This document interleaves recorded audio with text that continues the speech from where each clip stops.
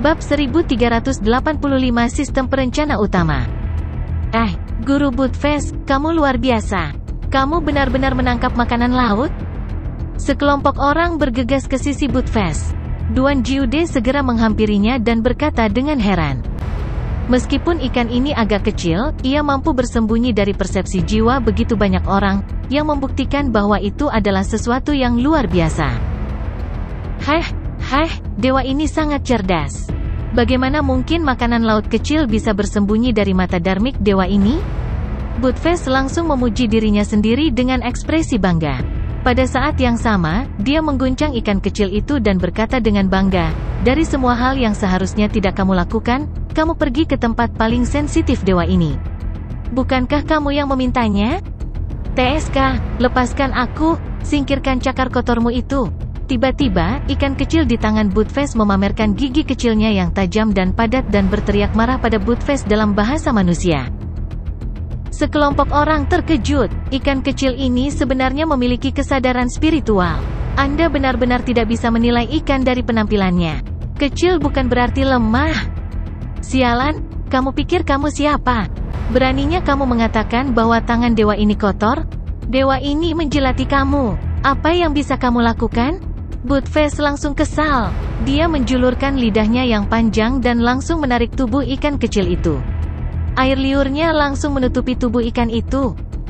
Omong kosong. Suke dan Duan Jiude sangat terkejut sampai merinding di sekujur tubuh mereka. Mata mereka melebar pada saat bersamaan.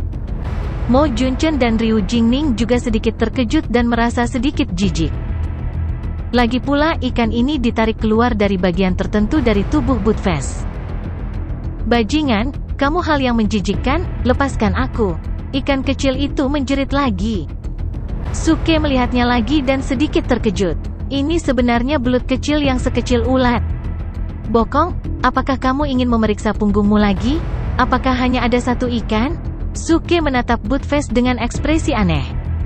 Buttfast tertegun. Kemudian, seolah-olah dia memikirkan sesuatu, dia tiba-tiba menamparkan pantatnya sendiri. Pak! Suara renyah terdengar. Buttfast melolong kesakitan dan memelototi Suke. Sialan. Bocah cilik, kenapa kau berbohong padaku? Tidak ada ikan lain di sana? Mata Suke melebar saat dia menatapnya dengan marah. Apakah kamu bodoh? Aku memintamu untuk memeriksa, bukan untuk memukul dirimu sendiri. Suke memutar matanya dan menggelengkan kepalanya. Tunggu sebentar, mungkinkah ikan yang lain sudah masuk? Duan Jiude menebak. Benar-benar tidak mungkin. Jika ada, tidak mungkin dewa ini tidak tahu. Buttfast berkata dengan percaya diri. Itu adalah titik paling sensitifnya. Kalau tidak, ia tidak akan bisa menemukan ikan kecil itu dengan begitu cepat. Baiklah, kalau begitu kita bisa menginterogasi ikan ini dan mencari tahu asal-usulnya, kata Suke sambil melihat belut kecil itu. Baik, Buttfast segera merespons, menoleh, dan berlari ke arah api. Dia menggantung ikan di tangannya di atas api dan memanggangnya. Katakan dengan cepat, dari mana asalmu? Melihat betapa berhati-hatinya dirimu, kamu pasti seorang mata-mata kan? Petik 2. Suke dan yang lainnya terdiam. Bahkan belut kecil pun tertegun sejenak. Akhirnya, mau tidak mau dia mengaum dengan marah, lepaskan aku, dasar kotor, bodoh. Dia memintamu untuk menginterogasiku, bukan memanggangku. Apakah kamu gila? F*CK, kamu berani memarahiku? Aku akan membunuhmu. Buttfast langsung marah. Dia menurunkan cakarnya dan sepenuhnya menempatkan belut kecil itu ke dalam api. Mendesis. Bersamaan dengan suara pelan, gumpalan asap putih keluar dari tubuh belut kecil itu. Belut kecil itu langsung menjerit dan menggoyang-goyangkan tubuhnya dengan panik. Ia berteriak, berhenti memanggangku, berhenti memanggangku. Aku akan memberitahumu segalanya. Setelah mendengar ini, Buttfast mengeluarkannya dari api dan mencibir. Kamu menolak bersulang hanya untuk dipaksa minum, dasar celaka. Tubuh belut kecil itu sudah hangus, dan asap putih keluar dari tubuhnya. Itu tampak putus asa dan tidak bisa berbicara kembali ke Buttfast sama sekali. Suke tidak ingin membuang waktu lagi, jadi dia langsung bertanya, katakan padaku, apa yang sebenarnya terjadi di sini? Pada saat itu, belut kecil menahan napas dan berteriak dengan angkuh lagi. "Heh, kalian manusia akan segera binasa. Tunggu Tuan suku laut datang, dan kalian semua akan mati. Bahkan jika kamu bersembunyi di sini lembah, kamu tidak akan bisa bertahan." "Jadi, bukankah kamu yang memasang mantra pembatas di pintu masuk lembah?" Suke mengerutkan kening saat dia menatap belut kecil itu dan bertanya. "HMPH, manusia itu jahat dan licik. Mereka tahu bahwa suku laut takut pada api, jadi mereka memasang mantra api ini dan melukai banyak nyawa orang kita. Kamu bisa bersembunyi untuk sementara, tapi kamu tidak bisa bersembunyi selamanya. Pasukan pelopor kami telah menginvasi benua selatan. Sedangkan untuk tempat ini, ketika penguasa suku laut datang, mantra pembatas apapun akan dihancurkan." Belut kecil itu berteriak keras, penuh percaya diri. Itu mengungkapkan banyak informasi, seperti sebagian dari pasukan suku laut telah menginvasi benua selatan. Selain itu, suku laut akan segera mengirim pembangkit tenaga listrik. Dari bagaimana belut kecil memanggil pembangkit tenaga listrik sebagai tuan, itu cukup untuk menunjukkan bahwa posisi pembangkit tenaga listrik di suku laut relatif tinggi. Kekuatannya tidak bisa diremehkan. "Sial, nak, mungkinkah Tuhan yang dibicarakan makanan laut ini menjadi pembangkit tenaga listrik yang dapat membahayakan nyawa wanita itu?" Budfest segera menatap Suke dan bertanya. Duan Jiude, Mo Junchen, dan yang lainnya juga memandang Suke. Mereka telah menduga bahwa Suan Yuan Wanrong akan berada dalam bahaya. Karena dia melibatkan Suke, pasti ada pembangkit tenaga listrik yang dapat membahayakan hidupnya. Sekarang belut kecil itu mengatakan bahwa Tuhan akan datang, semua orang secara tidak sadar memikirkan kemungkinan ini. "Mengapa kita tidak bertanya saja?" Bibir Suke meringkuk saat dia melihat belut kecil itu dan bertanya, "Apa tingkat kultivasi Tuan suku laut yang kamu sebutkan?" "Oh, manusia bodoh, kekuatan Tuhan kita menghancurkan bumi. Dia telah mencapai alam yang tak terlukiskan." Belut kecil membual dengan penuh semangat. Suke segera menggelengkan kepalanya. Jelas bahwa ikan kecil ini hanyalah karakter kecil. Ia bahkan tidak mengetahui tingkat kultivasi dari orang yang dibanggakannya, namun membual di sini. Pada saat itu, belut kecil berkata dengan bangga, "Saya menyarankan Anda untuk segera melepaskan saya. Anda tidak tahu apa gunanya saya di sini. Jika saya mati, itu berarti manusia yang bersembunyi di lembah sudah keluar. Lalu, kekuatan utama suku kita akan segera turun dan menyerbu." Meski tubuhnya kecil, matanya dipenuhi kesombongan dan kepercayaan diri. Dikatakan dengan nada menghina, "Menurut waktu, pasukan garda depan suku saya seharusnya sudah memasuki benua selatan dan sedang dalam perjalanan kembali. Jika Anda tidak ingin mati, lebih baik Anda melepaskan saya sekarang dan tersesat." Tanda seru petik 2. F***CK. Sial. Budfest dan Duan Jiude mengutuk satu demi satu. Jelas bahwa mereka marah dengan bualan tak tahu malu belut kecil itu. Mereka menyingsingkan lengan baju mereka dan hendak memberi pelajaran. Ledakan. Tiba-tiba, suara keras terdengar dari jauh. Suke dan yang lainnya terkejut. Mereka mengangkat kepala dan melihat ke atas. Riak muncul di langit, dan kehampaan tiba-tiba terdistorsi. Muncul bintik-bintik hitam, seperti tinta yang jatuh ke selembar kertas nasi dan perlahan mengembang. Dengan sangat cepat, puluhan bintik hitam di langit berubah menjadi lubang hitam besar. Gelombang suara jauh bisa terdengar dari dalam. Ketika mereka mendengarkan dengan seksama, sepertinya sekelompok orang berlari dengan liar, diiringi dengan segala macam teriakan. "Ah! Mundur, mundur cepat! Informasinya salah. Bagaimana bisa ada tim seperti itu di benua selatan?" Mereka menyebut diri mereka fraksi surga yang meledak dan dipimpin oleh ular berkepala 8. Mengapa suku laut kita tidak menerima petunjuk tentang ini sebelumnya? Oh tidak, lari cepat, mereka mengejar.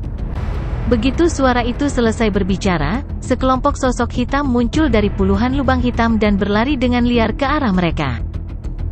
Pada saat yang sama, suara yang rapi dan jelas terdengar dari belakang kelompok sosok itu. Mereka yang menyinggung fraksi surga yang meledak akan dibunuh tidak peduli seberapa jauh mereka. Ledakan. Di langit, puluhan lubang hitam dipenuhi dengan suara orang berlarian liar. Menghadapi pemandangan seperti itu, ikan kecil itu tercengang. Itu kaget dan tidak bisa mengucapkan sepatah kata pun. Budfest dan Duan Jiude juga terkejut. Mereka tidak percaya dengan apa yang baru saja mereka dengar. Sialan! Pemimpin fraksi Su, mungkinkah apa yang Anda katakan tentang fraksi surga yang meledak yang memiliki 1 juta penguasa bukanlah kebohongan? Mungkinkah mereka tersembunyi di benua ini? Mo Junchen tampak sangat terkejut dan bersemangat saat dia melihat ke arah Suke. Suke menatap wajah polos Mo Junchen, yang penuh dengan harapan, dan dia tidak tahan lagi. Fraksi surga yang meledak tidak memiliki jutaan penguasa. Lihatlah pria jujur ini, dia telah disiksa. Suke memusatkan pandangannya pada Mo Junchen dan mengangguk, benar. Omong kosong * T. Sebelum Mo Junchen dapat bersukacita, Budfest berteriak dengan cemas, bocah kecil, tidak heran kamu tidak meragukannya. Mereka mengatakan fraksi surga yang meledak dipimpin oleh ular berkepala 8. Dari mana kita mendapatkan ular berkepala 8 itu? Petik 2. Ya, Duan Jiude juga mengangguk dengan cemas. Fraksi surga yang meledak telah ditiru. Bagaimana mereka bisa pamer? Apakah kalian berdua bodoh? Mengapa kita tidak memiliki ular berkepala 8? Pria itu adalah boneka Teddy. Suke memutar matanya. Dia telah membawa ular berkepala 8 dari Gunung Kunlun ke bumi. Tapi karena terlalu besar, dia harus mengubahnya menjadi boneka Teddy dan membawanya ke sini. Teddy? Siapa Teddy? Budfest tertegun, dan wajahnya penuh kebingungan. Apakah ada Teddy di faksi kita?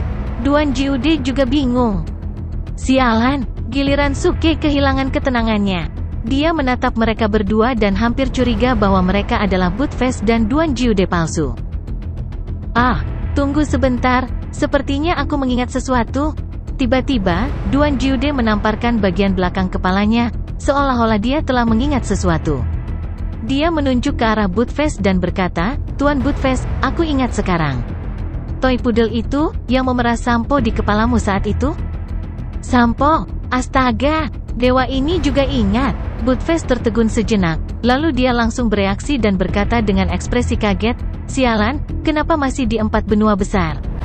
Tidak heran bahwa ketika dewa ini pergi ke benua surga, saya selalu merasa ada sesuatu yang hilang. Ternyata saya lupa membawanya. Aku juga lupa. Duan Jiude menggaruk kepalanya dengan canggung. Sejak berhenti mencuci rambut dewa ini merasa tidak nyaman.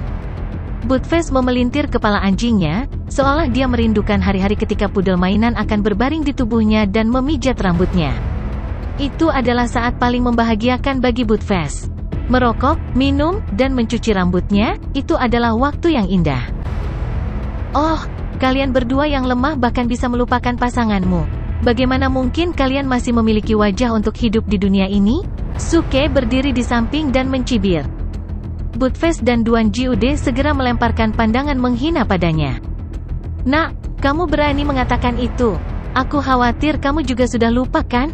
Ketika kita berada di benua surga, aku tidak melihat kamu bertanya tentang pudel mainan. Aku lupa. Bagaimana aku bisa lupa? Aku tidak bertanya karena aku memberimu kesempatan untuk memberitahuku ketika kamu ingat. Tapi lihat hasilnya. Kamu masih membutuhkan aku untuk mengingatkanmu untuk mengingat. Sungguh mengecewakan. Saya sangat sedih tentang ini. Suke tampak jengkel dan menyalahkan Duan Jiude dan Budfest. *CK.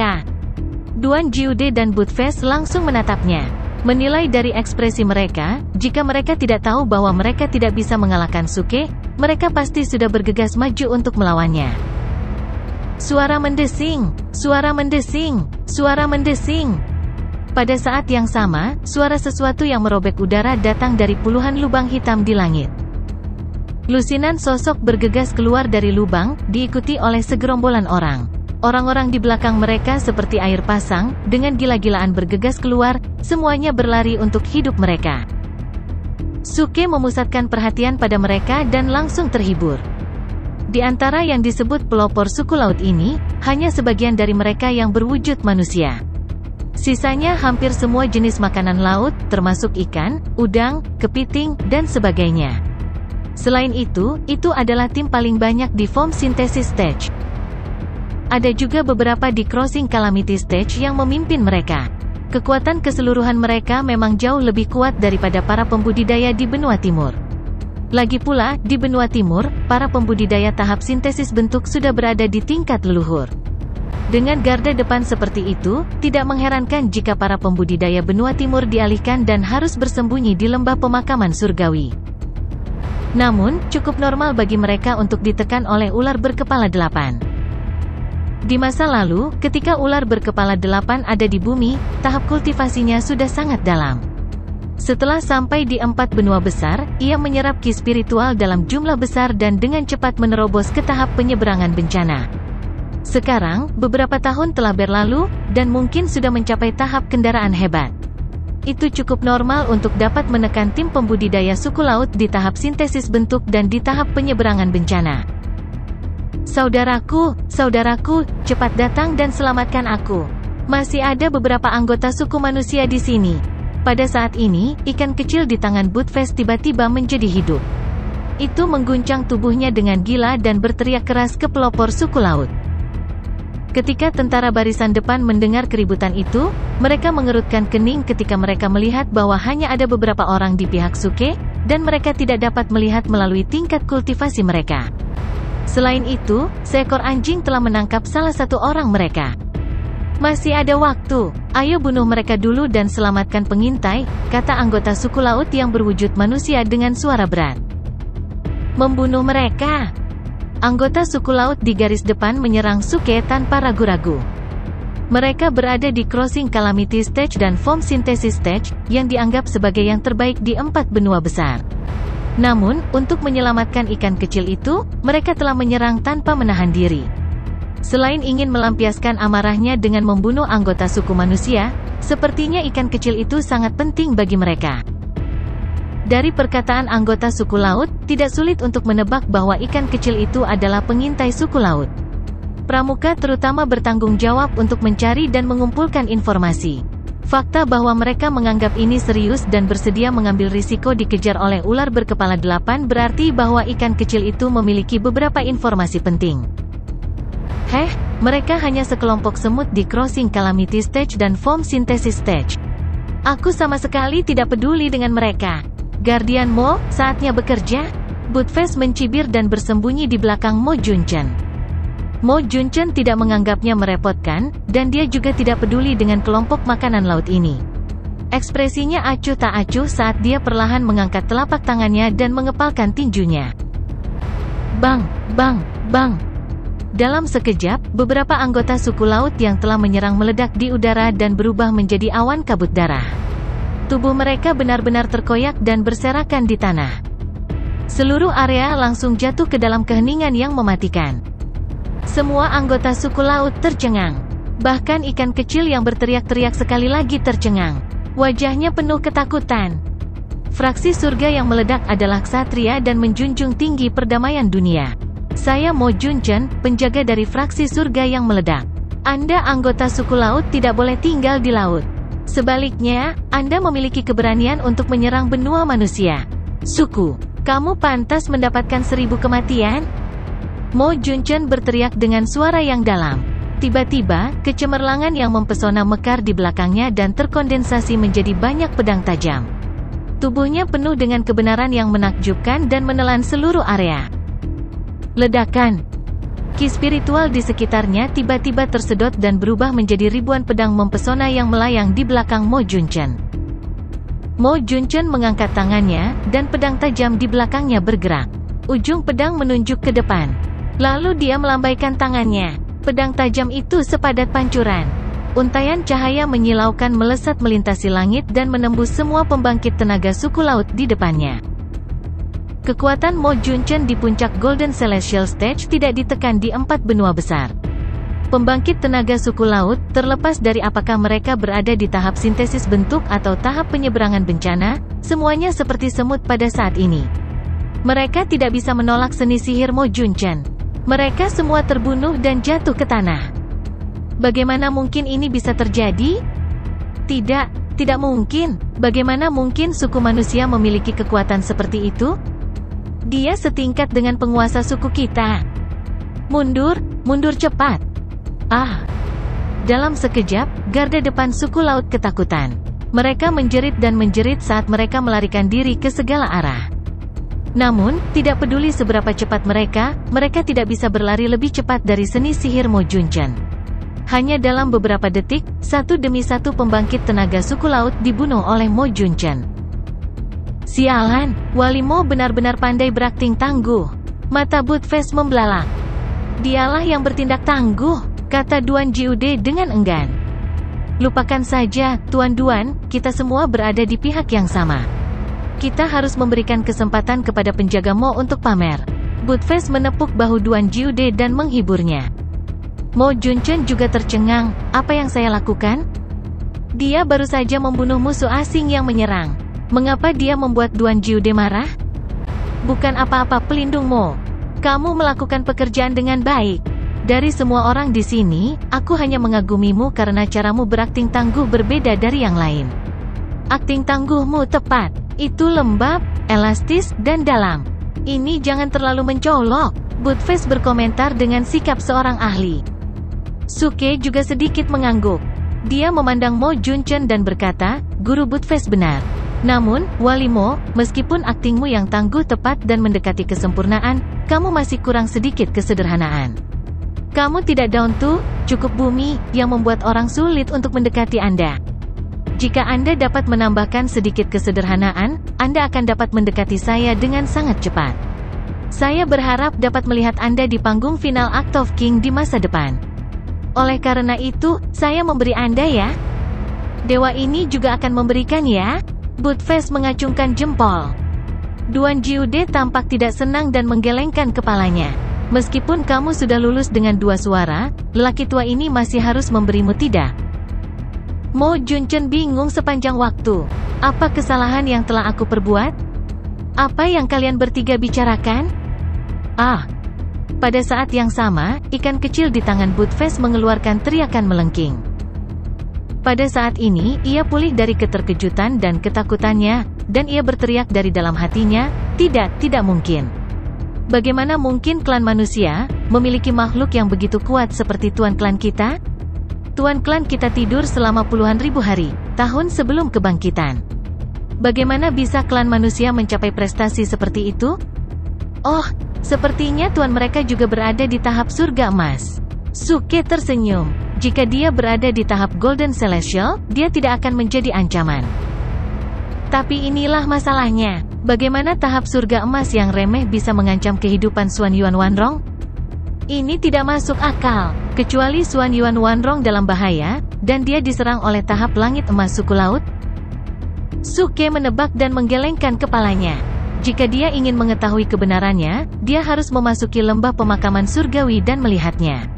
Sekarang, kartu truf terbesarnya adalah 2 jiwa, serta sistem, yang akan segera ditingkatkan. SWOOSH. Yang paling dia khawatirkan adalah musuh besar yang bersembunyi di kegelapan. Lagi pula, Xuan Yuan Wanrong telah membocorkan beberapa informasi bahwa dia bukan satu-satunya pembangkit tenaga listrik yang tidur di 4 benua besar. SWOOSH. Pada saat ini, suara sesuatu yang merobek udara datang dari puluhan lubang hitam di langit.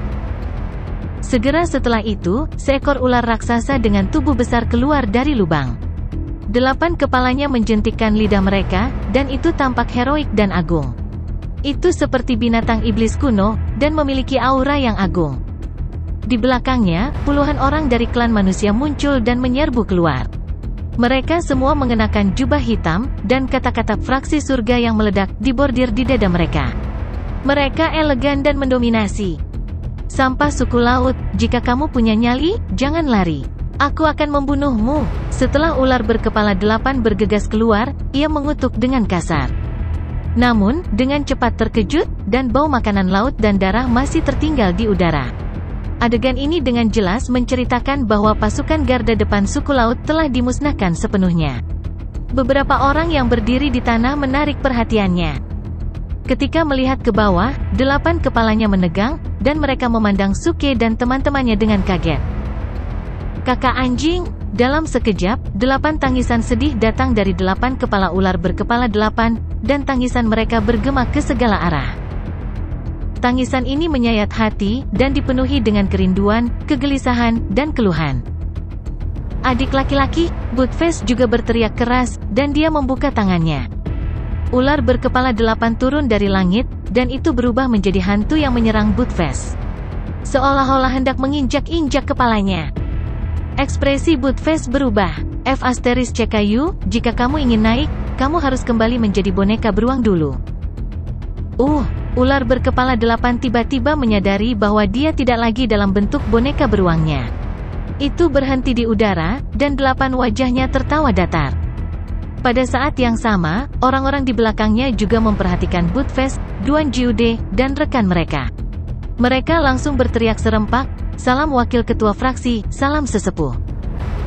Kemudian, mereka memandang Ryu Jingning dan berkata dengan hormat, "Salam, nyonya pemimpin fraksi." Wajah Ryu Jingning memerah. Meskipun banyak orang telah memanggilnya dengan cara ini sebelumnya, ini adalah pertama kalinya dia dipanggil dengan cara ini di depan Suke. Lebih penting lagi, banyak orang yang berbicara dengannya adalah murid dan tetua Budaji, dan mereka semua menatapnya dengan senyum di wajah mereka. Hanya Suke dan Mo Junchen yang diabaikan oleh orang banyak. Lagi pula, tidak ada yang pernah melihat Mo Junchen sebelumnya. Namun, Suke mempertahankan penampilan seorang lelaki tua yang sakit-sakitan. Dia terlihat sangat hidup, dan bahkan aura dan alamnya telah berubah. Itu normal bahwa tidak ada yang bisa mengenalinya. "Kakak anjing, kemana saja kamu selama ini? Aku sangat merindukanmu. Ngomong-ngomong, di mana saudara Achilles? Mengapa saudara Achilles tidak ada di sini? Mungkinkah dia sudah mati?" Pada saat ini, ular berkepala 8 melihat sekeliling ke arah orang-orang di tanah.